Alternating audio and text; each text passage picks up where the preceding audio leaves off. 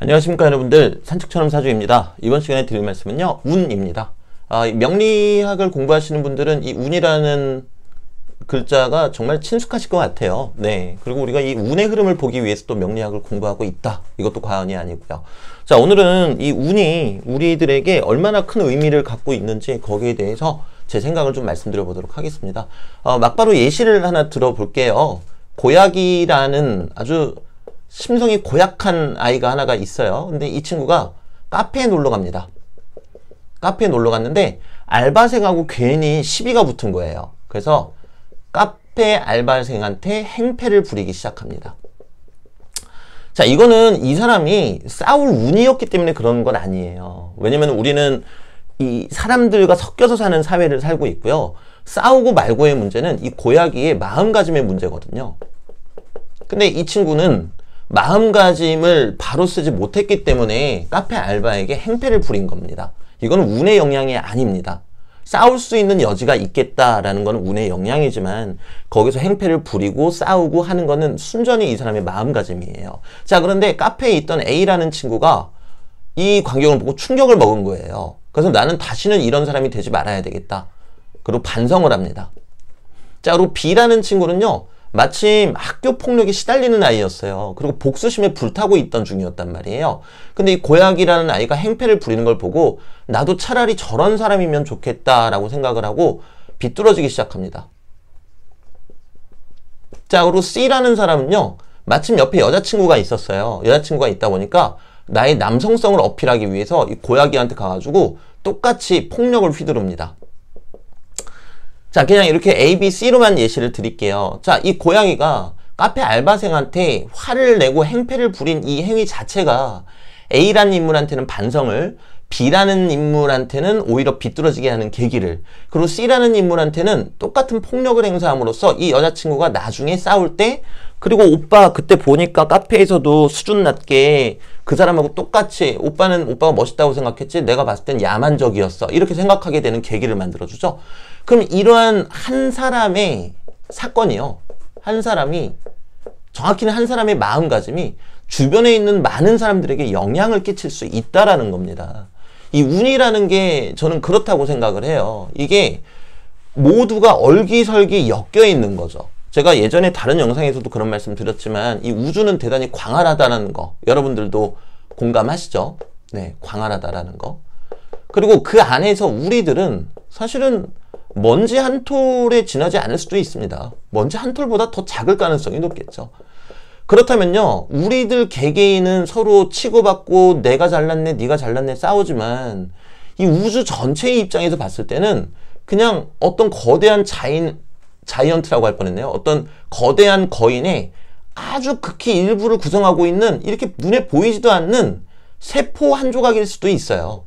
근데 그 안에서 서로들 누가 잘났다 내가 잘났다 싸우고 있다라는 거죠. 실제로 상담을 드리다 보면요, 대단히 영적으로 성숙하시고 자기 성찰을 많이 하신 분들이 계세요. 여기서 자기 성찰을 많이 했다라는 거는요, 다분히 내가 무조건 참는다 이런 의미도 아니에요. 참는다라는 건 무슨 뜻입니까? 화가 난다라는 거죠. 화 자체가 안 나요. 네, 그냥 참을 필요도 없어요. 화 자체가 안 나니까. 근데 이런 사람이, 이런 분이 사람들과 마찰을 일으키겠습니까? 일으키지 않아요. 그런데 운은 운대로 흘러가야 돼요. 만약에 보편적인 사람이라면은 사람들과 마찰할 수도 있는 운이 들어올 거 아닙니까? 이 사람도. 그런데 이 사람은 화 자체가 없고 참을 필요성을 그러니까 못 느끼고, 그러니까 사람들과 마찰이 안 일어난단 말이죠. 그럼 이 운이 다른 식으로 발현이 돼요. 뭐 이를테면은 뭐 해외에 살고 있는 친구들이 찾아온다라든가, 네, 그리고 제3자, 아예 상관도 없었던 제3자, 그냥 길바닥에서 만난 사람하고 귀한 인연을 맺는다라든가, 이런 식으로 운이 달라지게 된다라는 거죠. 자, 그러면 이 사람의 마음가짐으로 인해서 사람들과의 마찰이 없고 정말 평화롭게 살아가며, 그 얘기가 본인이 무조건 손해본다는 의미는 아닙니다. 네, 그냥 단순히 그냥 착하다라는 의미보다는 조금 더 수준 높은 이야기라고 저는 생각을 해요.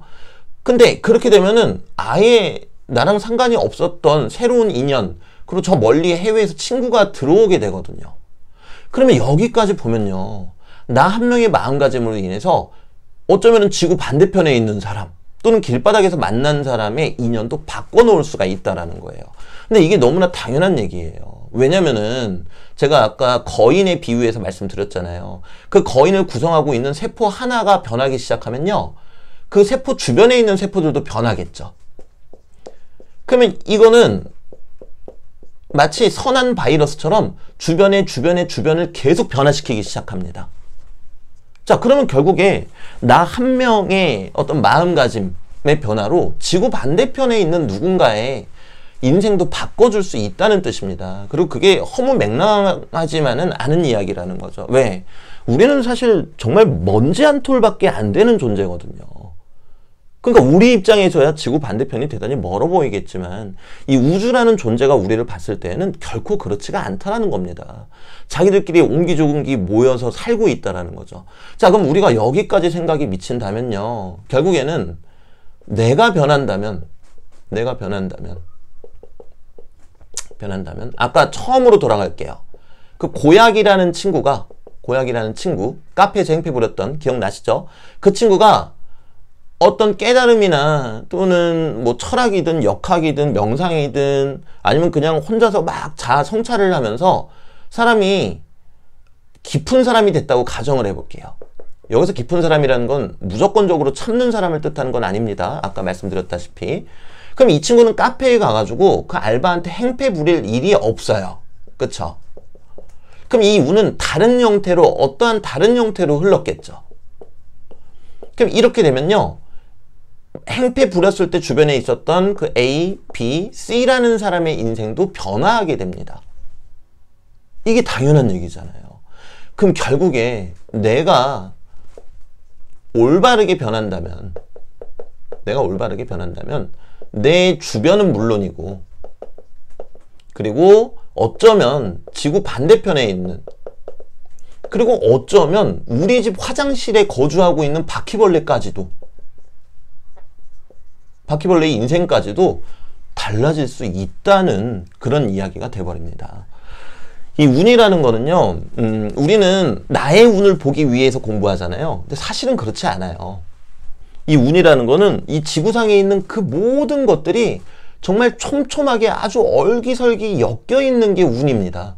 나의 이러한 행동이 또 다른 누군가에게는 어떠한 행동을 낳고 또 다른 누군가에게는 어떤 행동을 낳고 그런다라는 거죠. 뭐 이를테면 제가 지금 유튜브를 하고 있는 부분도 결국에 지구 반대편에 사는 누군가가 봤을 때에는 그 사람의 인생을 또 어떻게 바뀌게 할지 모르는 겁니다. 자, 그럼 우리가 여기까지 생각이 왔다면요. 결국에 우리가 내릴 수 있는 결론은요. 매사에 조심히. 왜? 내가 의도하지도 못했던 어떠한 나비 효과를 만들어낼 수 있거든요. 왜 우리 그런 이야기 있잖아요. 뭐 어디에서 일어난 나비의 날개짓이 뭐 지구 반대편에서는 뭐 태풍을 일으키게 한다.